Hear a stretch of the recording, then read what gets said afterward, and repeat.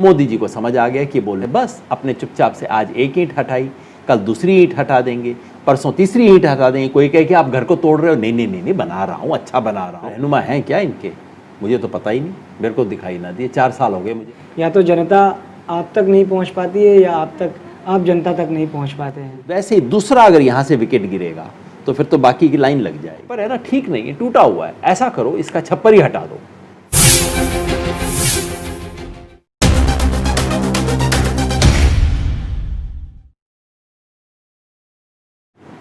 किसानों के संघर्षशील रहनुमा और कई मुद्दों पर विपक्ष की भूमिका निभाने वाले जनाब योगेंद्र यादव साहब आज मेवात टाइम्स के स्टूडियो में हमारे साथ हैं। बहुत बहुत स्वागत है सर आपका। शुक्रिया। आज इस खास बातचीत में हम बात करेंगे किसान आंदोलन किस तरीके से लगातार बढ़ रहा है। हम बात करेंगे कि योगेंद्र यादव जी नेशनल सतह पर किस तरीके से मुद्दों को उठाते रहे हैं।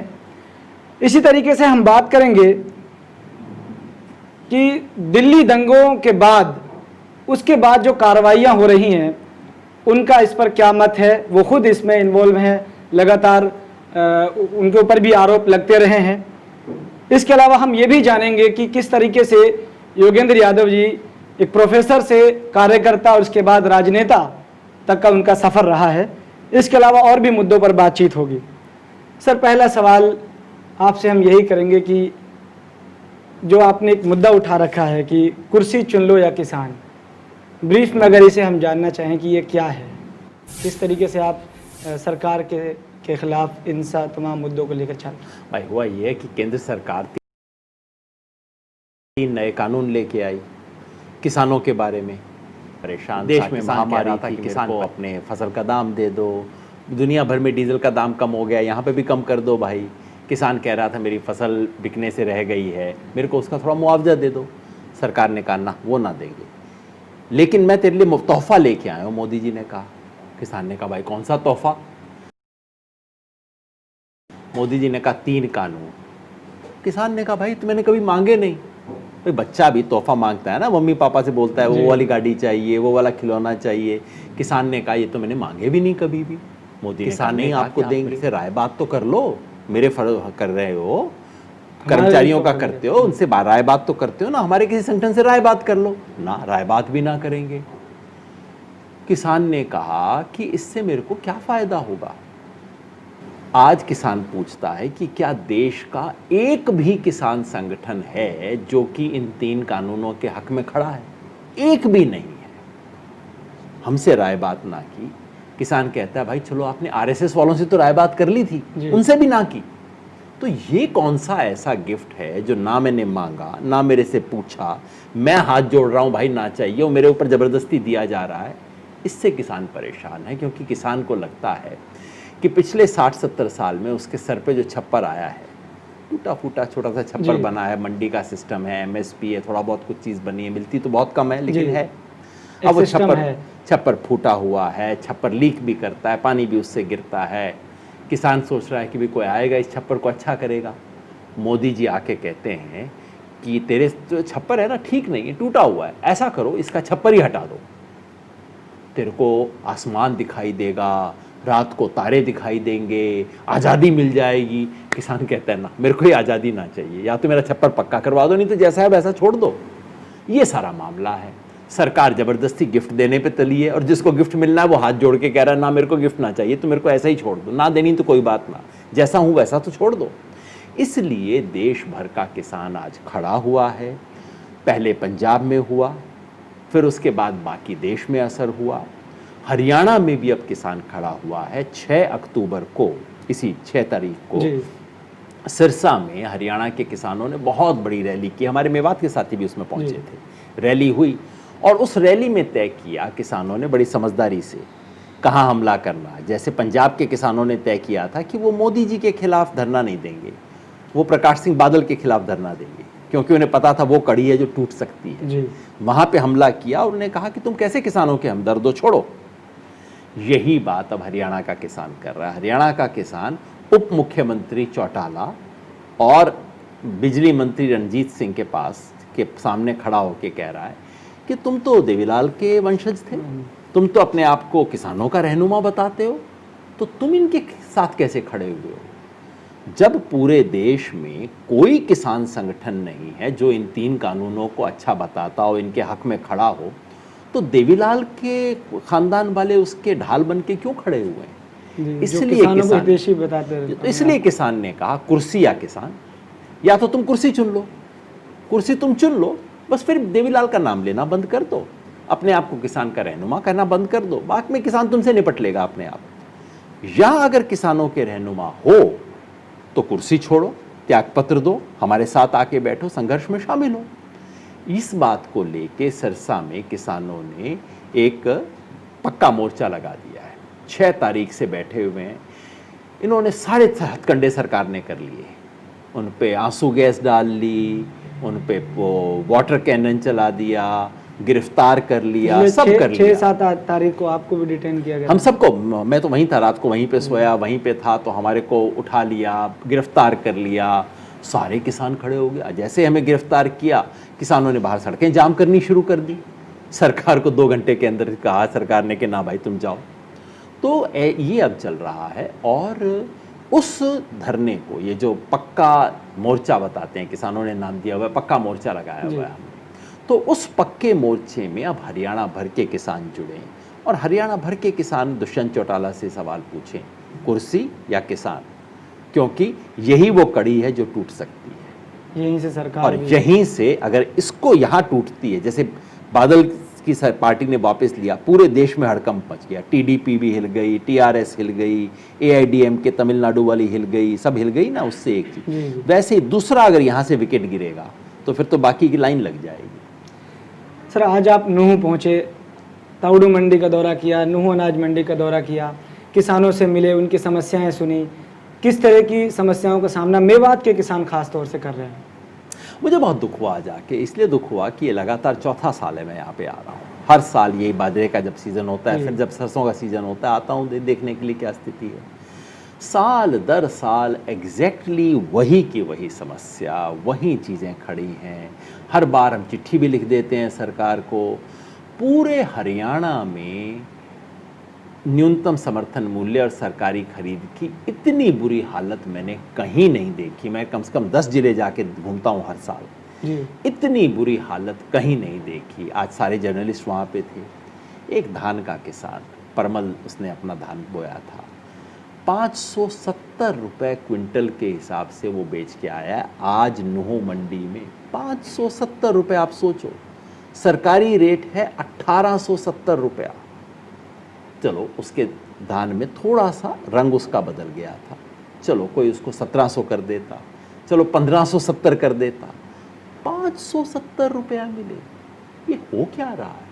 ये किसान की लूट सबके नीचे। फिर हम एसडीएम के पास गए, डीसी यहाँ पे थे नहीं, सबके सामने हम इस चीज़ को रजिस्टर किया।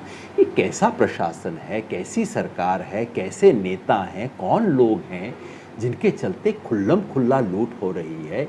एक साल फिर वही रोना। हर बार मैं आता हूँ यही किस्सा सुनता हूँ, जी रजिस्ट्रेशन ना हुआ, इतने किसान तो रह गए जी रजिस्ट्रेशन करने, बाबूजी रजिस्ट्रेशन कुछ और करवाया था, मंडी पहुंचा तो पता लगा कोई और ही टोकन मेरा तो निकला हुआ है, वो सारा मामला है। फिर यहाँ लाया जी, इन्होंने तो दाम ही नहीं दिया जी, ये सब चल रहा है हर साल। और फिर 8 क्विंटल से फालतू पैदा कर दी तो जी नुकसान हो गया। सारे साल भर सरकार कहती है ज़्यादा अनाज उपजाओ, ज़्यादा उपजाओ, और जब वो बेचारा लेके आता है तो सरकार कहती है अच्छा 8 क्विंटल से ज़्यादा कर दिया, सजा मिलेगी तुम्हारे को इसकी, इतना तो हम नहीं खरीदेंगे, बाकी खरीदेंगे। क्या है ये? तो गुंडागर्दी है, लूट है किसान के साथ, और साल दर साल ये लूट होती रहती है। और ऐसा मेवात का नेतृत्व है, ऐसी सरकार है, ऐसा शासन है, कुछ नहीं होता। मेवात के किसान अवेयर नहीं है या फिर यहाँ के जो उनके रहनुमा हैं उनकी गलती से माना जाए, क्या कहेंगे इसको लेकर के कि इतनी दयनीय हालत होने के बावजूद कोई देख नहीं रहा है इस जानिब? रहनुमा हैं क्या इनके?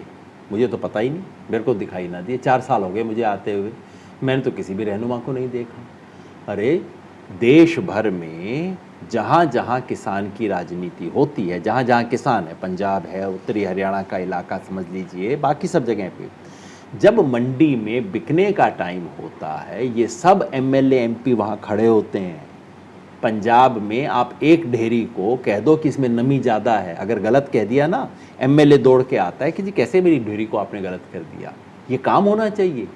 आपको दिखाई देते हैं यहाँ पे? यहाँ तो इस तरह कुछ तो नहीं। मुझे तो दिखाई ना देते। आप रहनुमा पता नहीं कैसे हैं जो कि ऐसे मौके पे दिखाई नहीं देते। सिर्फ थाने जाने के लिए रहनुमा है क्या? तो मैं तो बड़ी हैरानी होती है। ये एक मौका है जबकि मेवात के किसान को 4 पैसा मिल सकता है, क्योंकि बाजरे का रेट अच्छा है। देखो जी, सच बात ये कि बाजरे का रेट एक्चुअली सरकार ने जो तय किया अच्छा 2150 रुपये अच्छा रेट है। किसान को लेकिन 4 वो पैसा मिले बच तो- सकता है। मिले तब ना। तो मिलवाने में क्या दिक्कत है? दिक्कत ये है कोई वहाँ पे खड़ा होने को तैयार नहीं है। सिर्फ सरकारी नियम के हिसाब से सोचेंगे सरकार अपने आप कर देगी, कहीं नहीं करेगी। सब सरकारी चीज़ें ऊपर से नीचे तक मिली रहती हैं, दफ्तरों में सोए रहते हैं, और नीचे आड़ती ने जो अपना काम करना होता है नीचे नीचे से कर लेता है। किसान से 1200 रुपये में खरीद लेगा और वही आड़ती सरकार के सिस्टम में 2150 में बेच भी आएगा। ये सब चक्कर होंगे, इसको रोकेगा कौन? लेकिन सर एक कन्फ्यूजन है कि वो इन्हीं आड़तियों को जो सरकार है वो कह रही है कि ये बिचौलिए इनको हम ख़त्म कर देंगे तो शायद ये समस्या ख़त्म हो जाएगी। कहने की बातें हैं।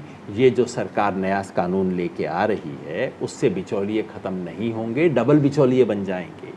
सरकार का सिस्टम क्या है कि जो सरकारी मंडी है उसके बाहर एक प्राइवेट मंडी खुलेगी। समझ लो अंबानी जी आप और मैं तो खोल नहीं सकते, बिल्कुल, कोई यहाँ का जमींदार भी नहीं खोल सकता, उसके लिए तो करोड़ों रुपए चाहिए। तो समझ लो अंबानी जी एक प्राइवेट मंडी खोल लेंगे। प्राइवेट मंडी में क्या होगा? सरकारी मंडी में टैक्स लगेगा। सरकारी मंडी के अंदर नियम है, प्राइवेट मंडी में ना टैक्स ना नियम। तो क्या होगा? कंट्रोल नहीं रहेगा उस पर कुछ। तो सरकारी मंडी में बिकने के बजाय बाहर बिकनी शुरू हो जाएगी। सरकारी मंडी 2-3 साल में बैठ जाएगी, मामला ख़त्म हो जाएगा। बिचौलिए की बात, अगर अंबानी यहाँ पे मंडी खोलेगा तो आपको लगता है अंबानी खुद बैठ के डायरेक्टली किसानों से खरीदेगा? नहीं, अंबानी बिचौलिए को बैठाएगा यहाँ पे। तो आज एक बिचौलिया है आड़ती, कल एक छोटा बिचौलिया और उसके ऊपर बड़ा बिचौलिया। जी, ये सारे छोटे बिचौलिए रहेंगे, फिर अंबानी उसके ऊपर बड़ा बिचौलिया रहेगा। छोटा बिचौलिया अपना कट लेगा, बड़ा बिचौलिया बड़ा कट लेगा, तो डबल बिचौलिया हो जाएगा। बिचौलिया खत्म कैसे होगा? जी सर, दिल्ली दंगे हुए इस साल के शुरू में भयावह दंगे थे, वो शांत हो गए, लेकिन उसके बाद जब अब उस पर कार्रवाई होने के नाम पे लगातार निशाना बनाया गया है ख़ास वर्ग को, उसमें आप भी शामिल हैं, उसको लेकर के क्या कहेंगे? आप पे आरोप भी है इस ताल्लुक से। इस देश में बड़ा अजीब न्याय का सिस्टम चल रहा है। अब हाथरस के अंदर वो बच्ची बेचारी मरी, उसको जला दिया, जी, और अब उसके भाई के ऊपर आरोप लगाने का सिस्टम चल रहा है कि भाई इसके भाई ने कुछ किया होगा।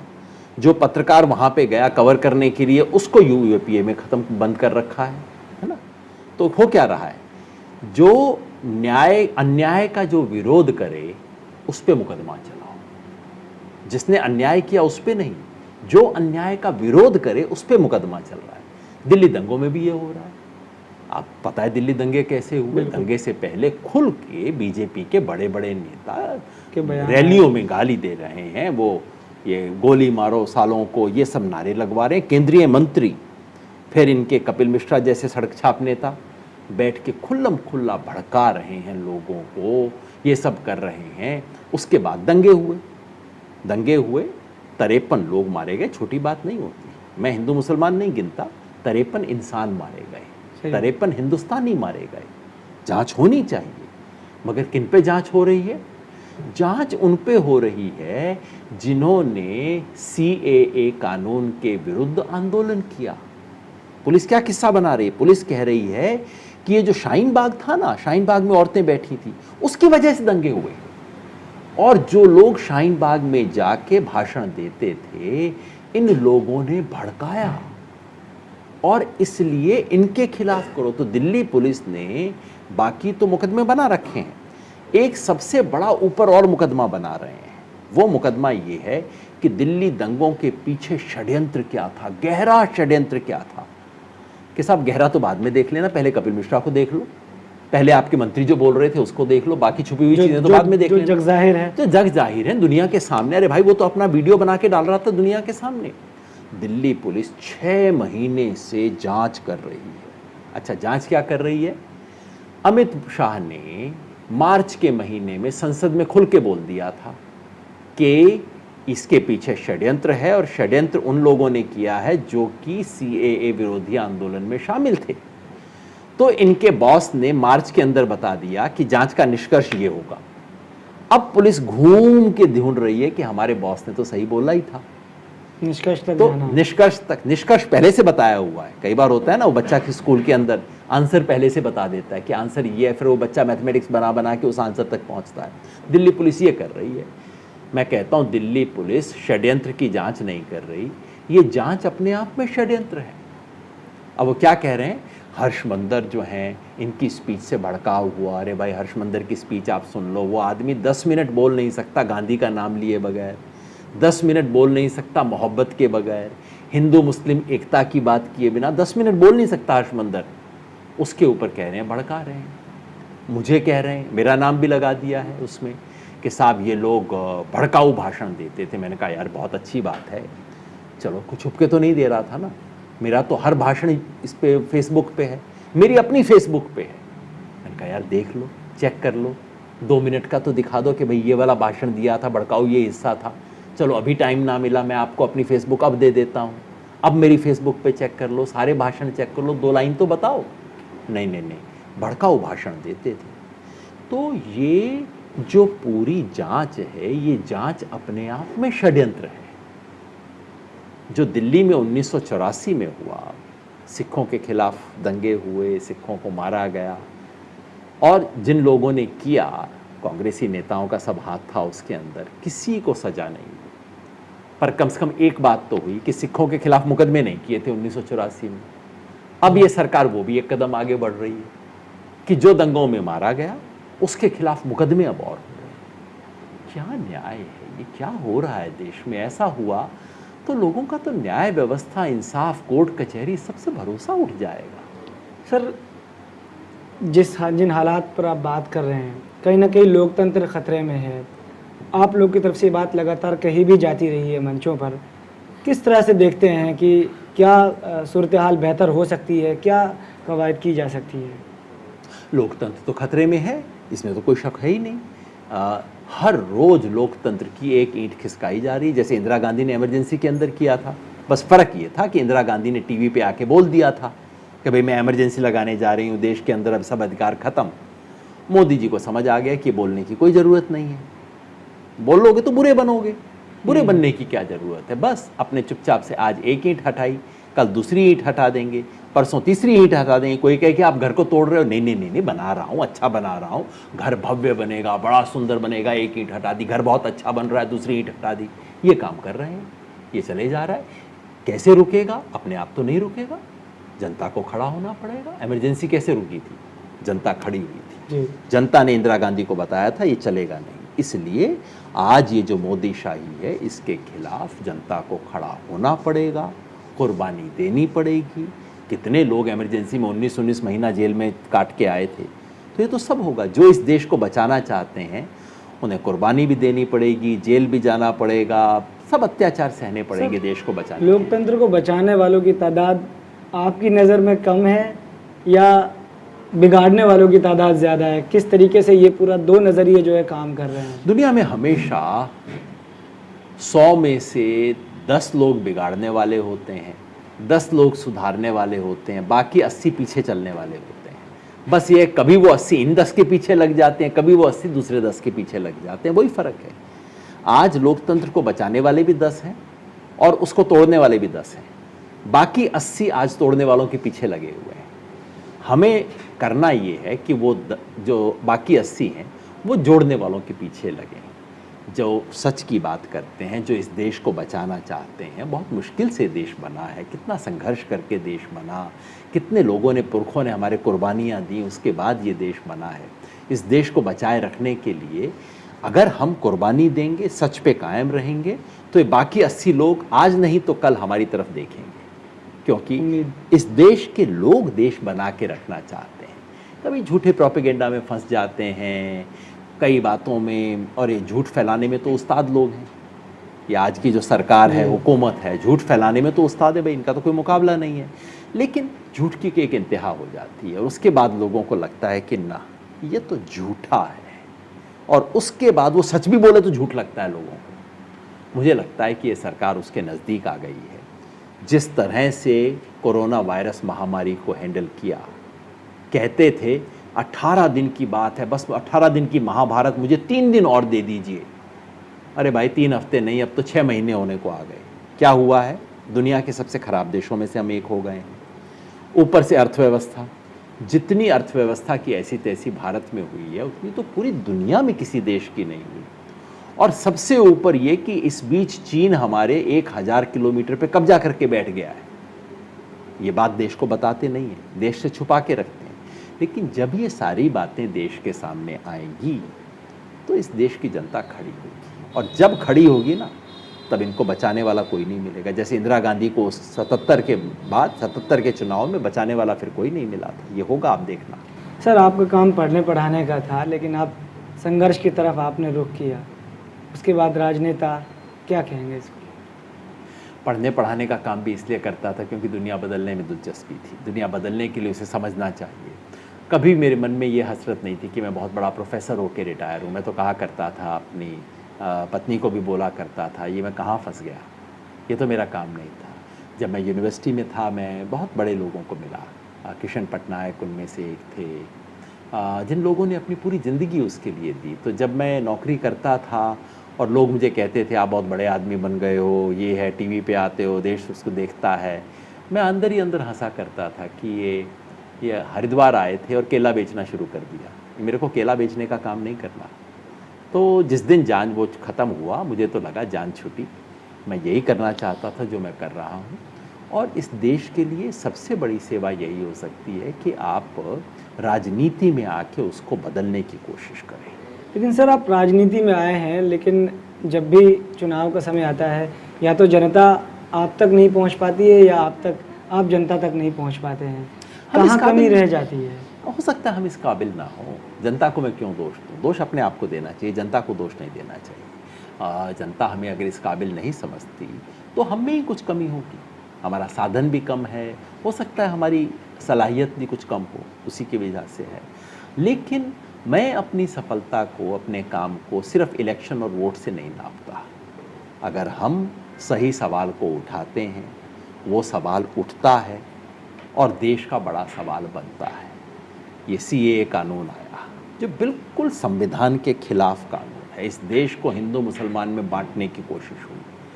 हम खड़े हुए, बड़े बड़े वोट वाली पार्टी तो नहीं खड़ी हुई। हमसे तो पता नहीं कितने आपके पता नहीं नेताओं ने क्या किया यहाँ पे। वहाँ तो बहुत बड़े बड़े लोग कोई ना खड़े हुए, हम जैसे लोग ही खड़े हुए। और मुझे आज भी फ़ख्र है कि हम खड़े हुए। इस देश को, संविधान को बचाने के लिए हमने अपना सर उठाया, बोले। जब सारे डर डर के अपने बिलों में घुसे हुए थे, हम लोग बोले और उसका असर हुआ। किसान के सवाल पे कोई नहीं बोलता था, हम सड़कों पे घूम रहे थे, किया, और किसान का सवाल बड़ा सवाल बना। तो राजनीति में सफलता के 2 पैमाने होते हैं। एक ये कि आप मुद्दे बना पाते हैं नहीं, आप विचार को दिशा दे पाते हैं नहीं। दूसरा, उसके बाद आप वोट की गिनती जुटा पाते हैं। दूसरे में हम अभी तक सफल नहीं हुए, बिल्कुल मुझे कोई संदेह नहीं है, वो कहने में कोई मुझे शर्म नहीं है। लेकिन अगर सिर्फ वोटों की गिनती में हो जाते अपनी ज़मीर को बेच के, तो मुझे ज़्यादा शर्म आती। कहीं ना कहीं संसाधनों की कमी, संसाधन की कमी है। लेकिन मैंने कहा जैसे इन सब चीज़ों में अपने आप को दोष देना चाहिए, किसी और को दोष देना, किसी और बहाने का इस्तेमाल नहीं करना चाहिए। कहना चाहिए हमारे ऊपर ये कोई कमी होगी, है ना।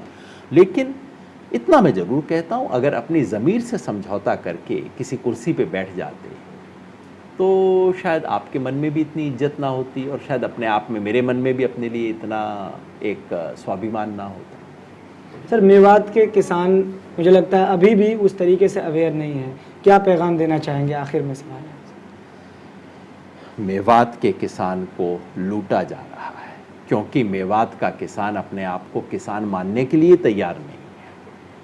अगर मेवात के किसान को अपनी लूट से बचना है तो इकट्ठा होना होगा। भाई, रोए बगैर तो माँ भी दूध नहीं पिलाती। मेवात का किसान अपना हाथ उठाता है, यूं करके उठाता है। अरे जब हाथ उठाओ तब तो मुट्ठी बंद करो, मुट्ठी बंद करके हाथ उठाना सीखो, इकट्ठा होना सीखो, उसमें ताकत है।